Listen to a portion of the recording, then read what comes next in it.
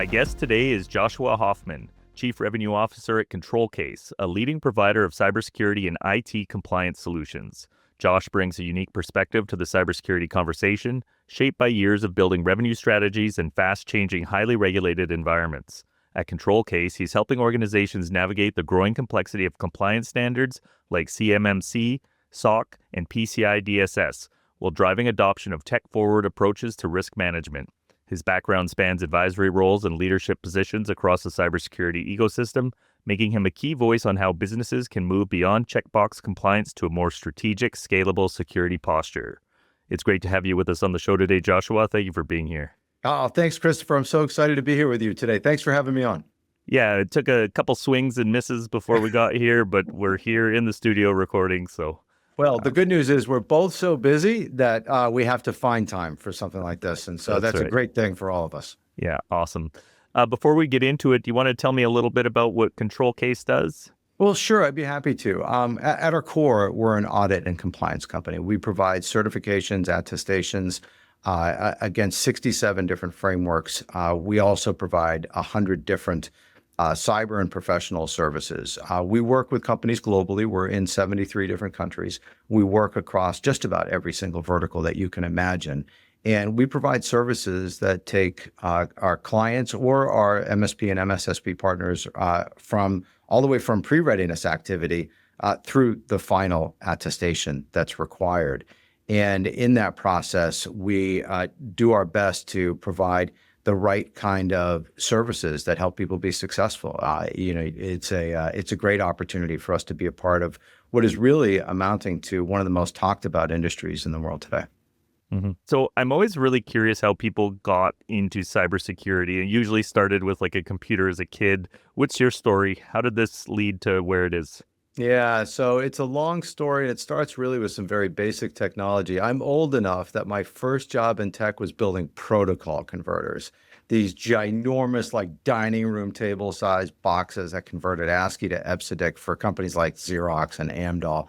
And I spent 15 years of my career at Dell doing a whole host of different things around the world, primarily working with small and medium businesses and helping them adopt technology, certainly working their way through what was new technology at the time.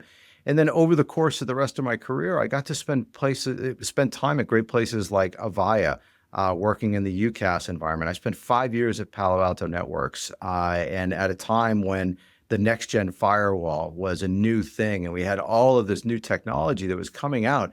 It seemed like rolling thunder, the way that cybersecurity was changing. That was 2013 to 2018. I had the opportunity to work at great organizations like Datto, where we were supplying very new things, especially related to ransomware and how you guard your data and how you monitor. We were at the forefront of technology, and they still are. And then getting to actually go lead an MSP and be a part of that entire holistic view of an organization and trying to solve everything from UCaaS to cybersecurity to application development. And now I find myself in this great position of being in the center of a lot of the things that I've been working on, and not only related to technology, but also related to how you build partnerships. The last 15 years of my career have been about how to combine hybrid direct and channel models to make sure that everybody wins, to create a symbiotic environment. And so a little bit of a long journey, but here I am today and just couldn't be happier.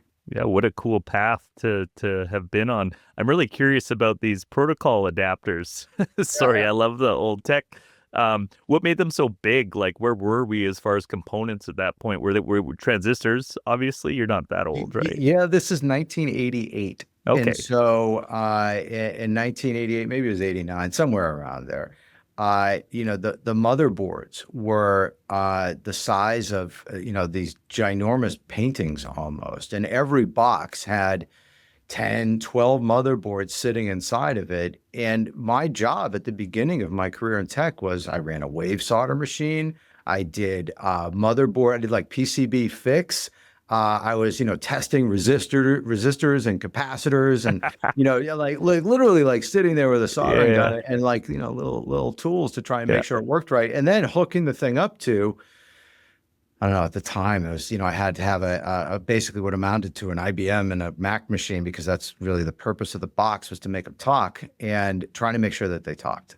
Huh. And now, look, I'm not a coder, but this is probably like a line of code now. And, Yeah. at the time, like, you needed a forklift to lift these things. It was a lot of fun. It was a great education, and it helped me find my way into Dell, where I started in Dell in manufacturing. Was my first role there, and building out, again, not to date myself, the first laptop line that we had, and I think they were really called notebooks then. But building out the first line for Dell and being a part of that, but also as a test technician, that was a lot of my work, was like really kind of enjoying the technology and getting to be a part of something new and cool. Yeah, that's really cool. In the 80s, I would have been, I don't even think I was in high school yet, but I remember Radio Shack. Yeah, and I had a couple kits, and like it was just a different time with technology where you could actually get your hands on these components, take a breadboard, piece them together. And I think that exists in some fashion today with the microcontrollers and stuff, but it's almost got a layer of abstraction over it now, right? Look, it feels like a lifetime ago. I mean, when people say, well, do you know how to code? I'm like, well, I learned Quick Basic and Pascal. I don't even know if that counts anymore. So like I can write a wicked if then else statement. I can remember how many times, I can't remember actually, probably how many times my mom or dad got mad at me because they'd walk in and the radio's in pieces. And it was a lot of fun. Yeah, the rule in our house was I couldn't plug anything in until my dad got home. Yeah, hey, good rule. And you're still here because of it, by the way. So, I was trying to explain, it's only 12 volts, Mom. We're not going to burn anything down, but as it is, right? So I wanted to talk to you about compliance. It was actually one of the things I really noticed at RSA. I expected everything to be AI and MCP and all this like sort of evolving technology. But there was a surprising number of people offering compliance services and audit services. And I know as the regulatory stuff's changing, like this is more and more on regular businesses' minds, not necessarily cybersecurity businesses. So it's a big area of growth. So I guess the first one I got for you is, how do you define the relationship between cybersecurity, compliance, and audit? It's interesting. So the relationship is tightly knit. To say the least. I shouldn't say almost all, but many of the controls that people are working through today, especially the ones that most of the clients that you or I would talk to, the things like SOC 2, CMMC, ISO, PCI, HIPAA, high trust, and so on down the line, the foundation is in securitizing and protecting the data, the resources, the operations of the organization. And so when you read these controls, it almost reads like a cybersecurity map. How are you doing it, making sure all of these things are cared for? And each of these governing bodies, they have their own rules to adhere to. And, HIPAA is different than something else sitting out there. And certainly CMMC is probably the one of the most talked about things today. And there's hundreds of controls that are part of that. And really almost every single one is related to cybersecurity somehow. And making sure that in the case of CMMC, that CUI that is controlled in a way that protects our government and protects our well-being. And there's a lot of logic behind it. That's the other thing that I think is really good about this, is that it's logical. When you read a control, nobody's sitting there looking at that control and saying, oh, that's a bad idea. It makes complete sense. The challenge is it's hard, it's complicated, it requires expertise. And in the case of whether we're working direct with clients or working with partners, it requires collaboration. There's a team energy that goes into this. And I think we're at a tipping point of things getting easier and better. We happen to be a tech-enabled company, and so we do make things easier with the tooling, with the AI that's been introduced into the process. But there's people that are sitting behind this, whether you're inside the client side or inside of the audit attestation certification company like us. There's real people behind it that have to actually do something with this information. So what's the most common framework or compliance standard that you work with? Well, we work across, just to put it into context, we're in 73 countries. We work with every vertical. There's really no vertical that we don't work with. The major things that we're talking about today are related to CMMC, FedRAMP. PCI is always something that is prevalent. Certainly when you take a look at our healthcare services, then we're talking about HIPAA. If we're talking about banking, then we're talking about SOC 2, we're talking about FFIEC, we're talking about SWIFT. If we're inside of the India marketplace, you're talking about RBA. There's so many different things. And so candidly speaking, because of who we are and the fact that we work across 67 different frameworks globally, and we have services around another 100 or so different things related to cybersecurity and professional services, we hear about it all. And we've done something that's helpful to that. We have what we call a one audit process, because the other great thing for organizations, and something that sometimes people don't realize, is that these controls map very cleanly from one framework to another. And so if somebody's coming to us and say, oh, we've got to do PCI, SOC 2, and HIPAA all at once, that's actually a benefit to them to do it all at once, because we can take one piece of evidentiary information and we can map it to all three. It doesn't work for every control, but it does save time, money, and stress to be able to have that tech enablement behind the people and create the right environment for success for clients. It's hard. Yeah, and that sounds like a really useful visual graphic out there for anybody who feels so inspired to put the controls on a grid across the different certifications and map out where the overlap is.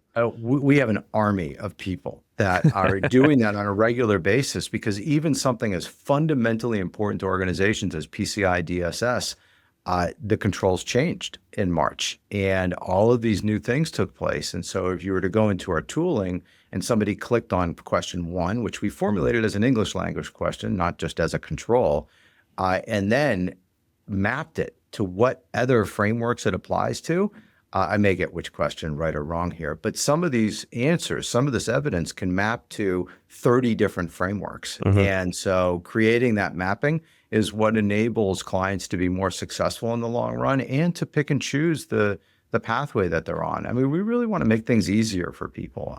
It's been a challenge for a long time. And, I think there's a lot of secret weapons out there, and we happen to have a few of them. I'm sure most of our listeners have a pretty good idea of what a control is, but maybe you can map it out in like broad terms, like what they are and how they're implemented, and maybe give an example. Yeah, absolutely. Well, let me just use a really simplistic example. So password.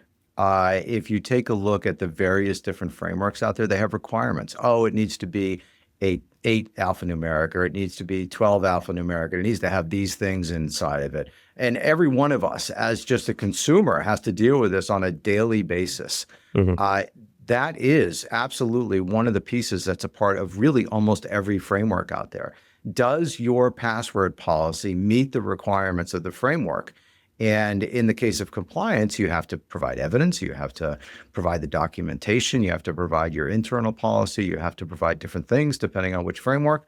And then we have the ability to ingest that information, apply it against the framework, score it, and make sure that it meets the criteria, and then deliver a response to the customer. Either you are good, or you have to remediate. You have to go do something different.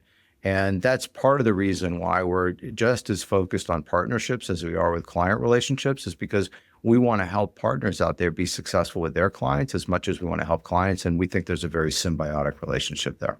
Yeah, and it's also ongoing stuff too, right? Like you're talking about rotating API keys, and like there's an ongoing requirement to prove that these things are being done over time. That's right. And so if you're to be successful at managing compliance, you have to be able to document what you're doing, when you're doing it.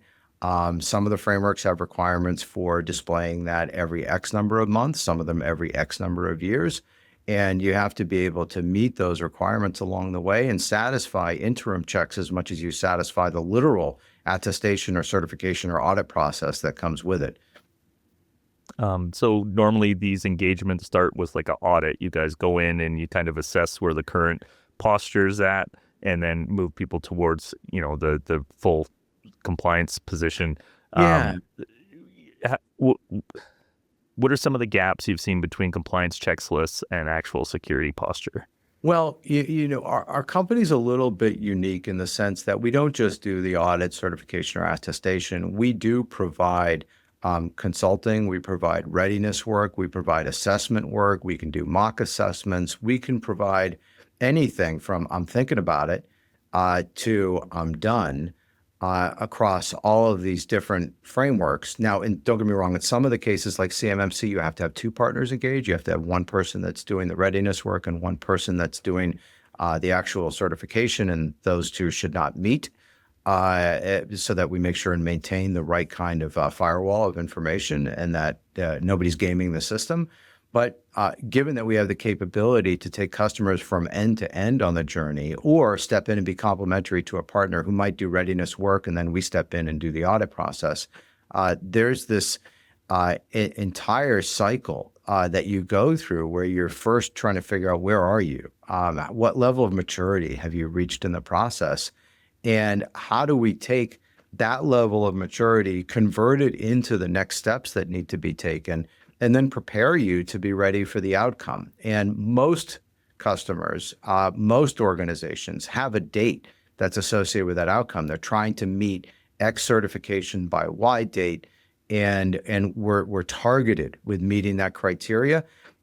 That's because most clients, most organizations are doing this on a need basis. I'm doing this because I have to do it. I'm governed, I'm regulated, therefore this is a requirement. There are some that are want-based. There are organizations out there that say, well, we really want to be SOC 2. It's not required by any governing body. It's a want-based setup with them. And that one, look, we have a little bit more room in terms of time, and we try and be kind to the client and make sure that we're going at the pace that they want to go to be ready. Yeah, you mentioned the burden of compliance. The SEC's new cybersecurity disclosure rules require public companies to report, incidents within 4 business days and provide those detailed annual disclosures about cybersecurity risk management, their governance and strategy. What's your view on the operational burden of these kind of compliance regulations forced onto businesses? Yeah, I have a couple different views. And so one of them is, for example, I'm sitting in my wife's office today, and she is a financial planner, financial forensic. She does work inside a collaborative divorce process. Her company is 5 people. If something were to happen, I shouldn't say when because nothing's happened, and let's keep it that way. If something were to happen, there's a burden that falls on the backs of, first of all, a handful of people that may or may not understand what to do.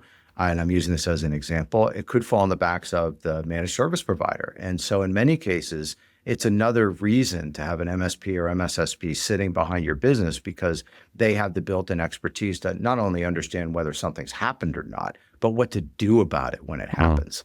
And every single vertical and industry has a different way of approaching their compliance needs. But that requirement is one that people have to adhere to. You can't fight the law, right? So you got to do what you have to do. And that burden can be horrendous for a small organization. Now, if you get into the larger organizations, obviously the larger you are, the more likely you are to have a CISO, the more likely you are to have a CIO, a CTO, a chief risk officer. Then there's process that's sitting in place. For the smaller business, they have to rely on experts that are going to help them. For the larger organizations, the requirement's identical, but the people are typically on staff to help them through that. So it differs from group to group. Do you think traditional compliance frameworks are keeping pace with modern threats like ransomware or supply chain attacks? I think that it's improving.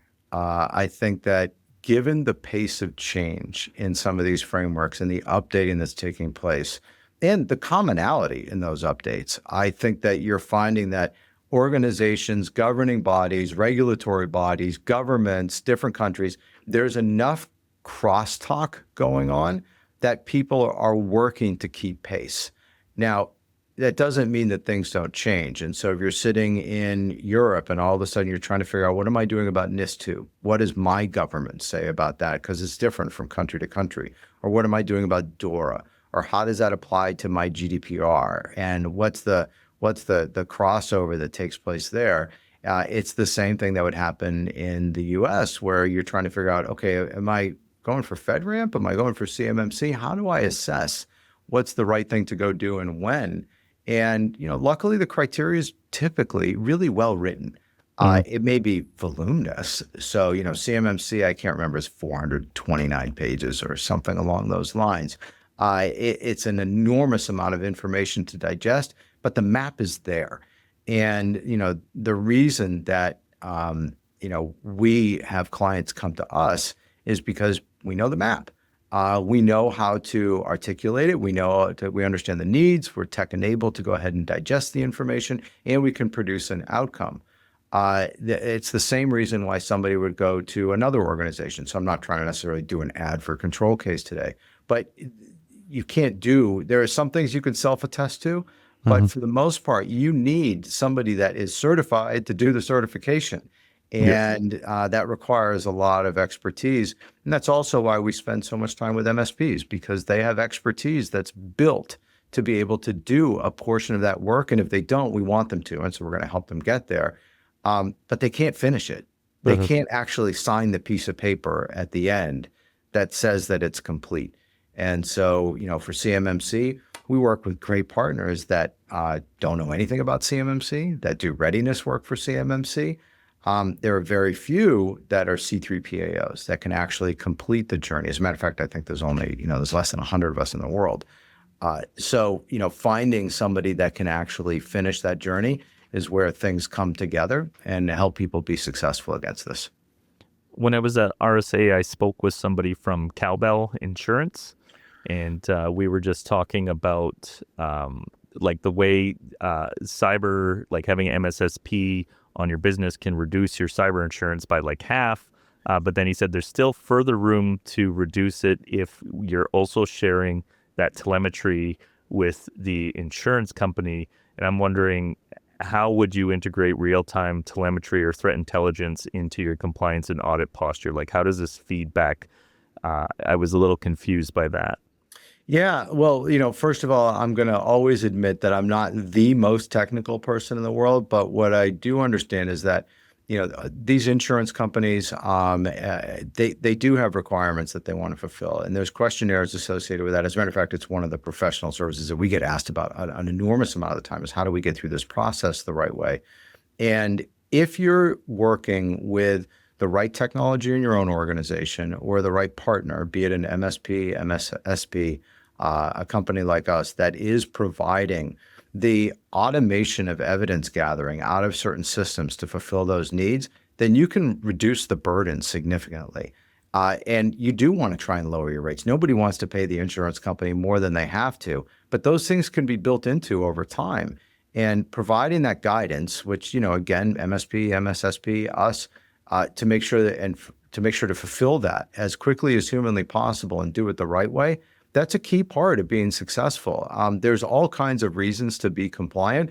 There's a need, so I'm regulated. There's a want. I'm going to be more credible in my industry because I'm compliant with X, even though nobody's requiring me to do it. SOC 2 is the common one with all the startups. That's where right. They want to get to, right? Yeah. Absolutely. AI. So ISO 42001, brand new compliance efforts sitting out there. Organizations that are working with that to become compliant in that could be a really huge demand gen driver because they've gone a step further than everybody else that's sitting out there. And so the ability to be able to demonstrate that and stay on track and stay up to date and provide automation behind it and a constant flow of information, those things, they do all the things that I talked about before, but they also save time significantly. And over time, they save money. The more protected you are, the less risk you have of being exposed, having your IP taken, dealing with ransomware, all the threats that we hear about on such a regular basis that have the chance of, taking a CEO out of their seat or putting a small business out of business. Anything we can do to help organizations manage that risk is something that, I've been a part of now for a very long time, whether it's on the compliance side or on the cybersecurity side, or even on the compute side or data protection, that these are meaningful things. And organizations, if they don't know how to do it, look, I'm a huge promoter of the of the MSP space in general. And so I've been a part of it since before it was called an MSP. And, find somebody that can. I know that if when I look at Jennifer's business, my wife's business, the fact that she has a reliable MSP sitting behind her gives me confidence every day that the risks have been lessened to a massive degree. And that's an important thing. I have to ask this. How has the rapid adoption of AI tooling impacted compliance? I was just speaking with a guest a few weeks ago, Owen Wickens from a company called Hidden Layer. And one of his comments was that, never before in history has a technology been rolled into enterprise environments so fast. So has this created new holes, or do the existing sets of checks and controls handle it? Do we have an AI compliance framework in the works?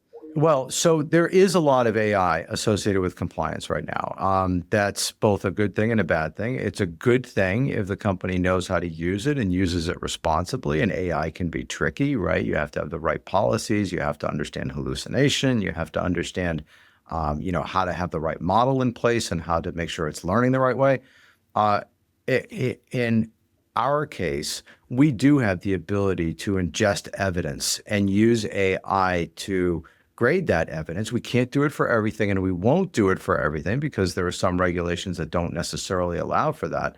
But having the people behind it is still a requirement. You can't just let AI do your compliance for you. Sure. I guess I was more asking, in the world of compliance, have we seen the emergence of a new compliance requirement for companies that are working with AI and public data and stuff like that? So look, ISO has certainly been a part of that motion. And I think that over time, we're going to see more and more frameworks try and create the right adherence to rules and postures around that.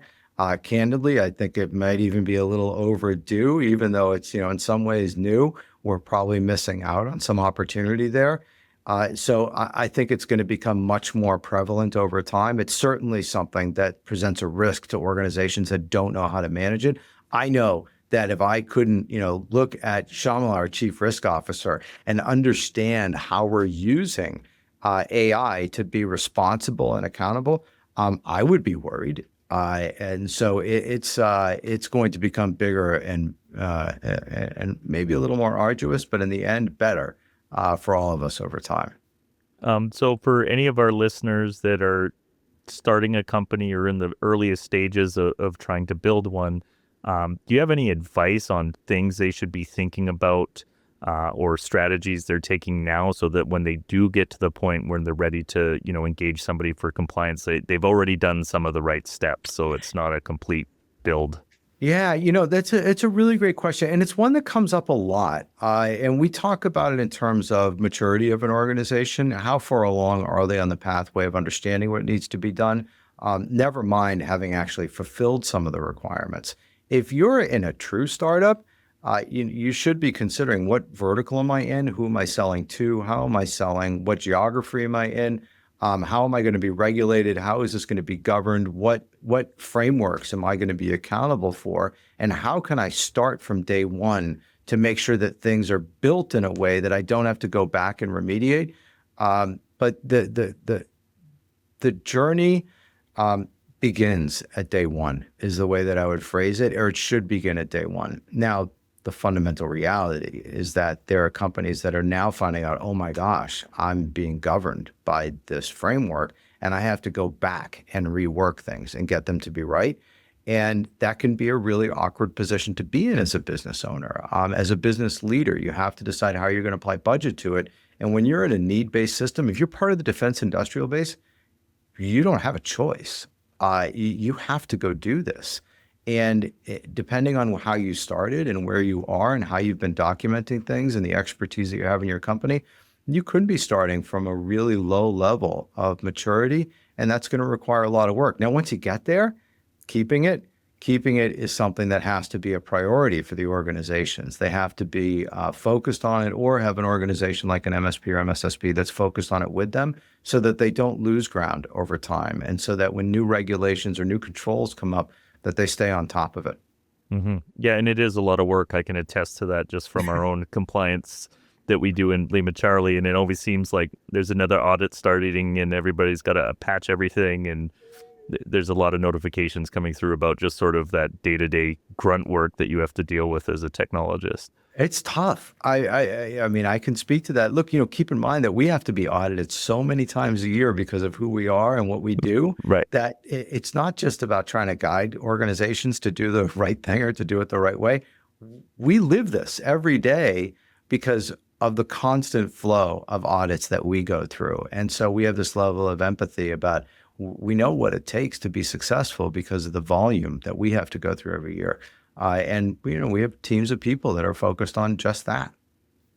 Okay, so this is the last one I have for you. It's the one that I ask of everybody that comes onto the show.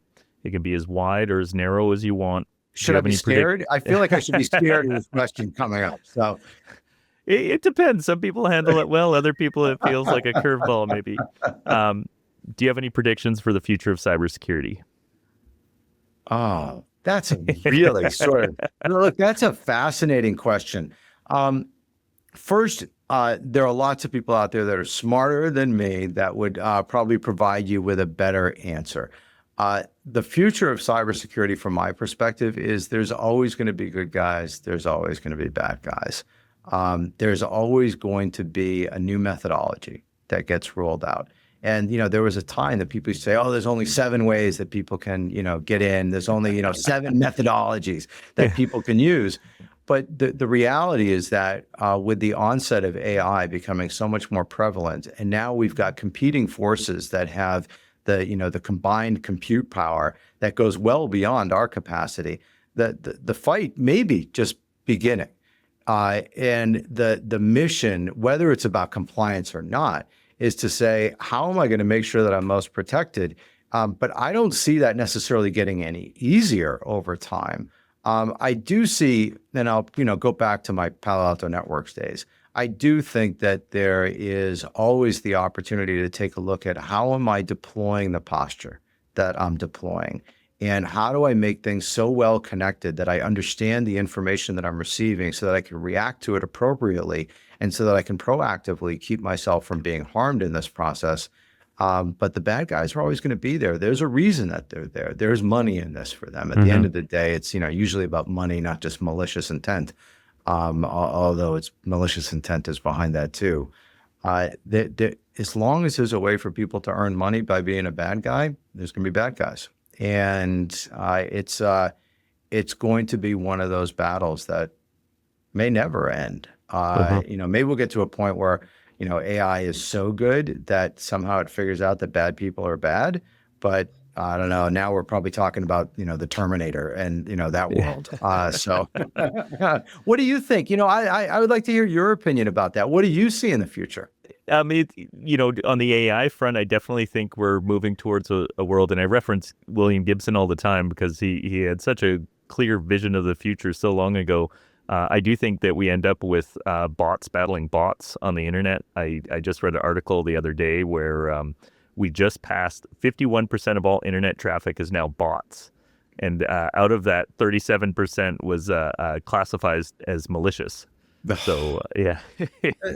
That's a crazy number. There was some movie I watched. I wish I could remember which one it was, but it was basically like a war got fought and nobody ever even entered the battlefield. Like it got fought basically online. And to your point, there's going to be more and more of that. Trick is, how do we stop it? So let's make sure we're the good guys. That's right. Awesome, Joshua. Thank you so much for joining me on the show today. It was a very valuable conversation, I'm sure, for folks that are thinking about getting their compliance checklist sorted out. I really appreciate your time. Well, checklist or not, the one thing I always try and leave with is, look, this isn't about, me trying to have people call us for ControlCase. If there's something I can do as an individual and be helpful, just reach out to me. So we're all here to make the world a better place. At least I know I am. And I'd be more than happy to help in any way that I can. What's the best way for folks to get a hold of you? LinkedIn? The easiest way is LinkedIn. So Okay. rather than me trying to read off a bunch of digits, but it's Joshua Pete Hoffman, P as in Peter. But you can find me out there. I'm pretty easy to find. Yeah, we'll link your website in the show notes as well. No, thanks. I really appreciate that. Christopher, it was really just a pleasure being on here. Thanks for pressing my technical knowledge to its upper limit. And thanks for just spending time with me talking about a really great topic. So thanks. Awesome. Take care.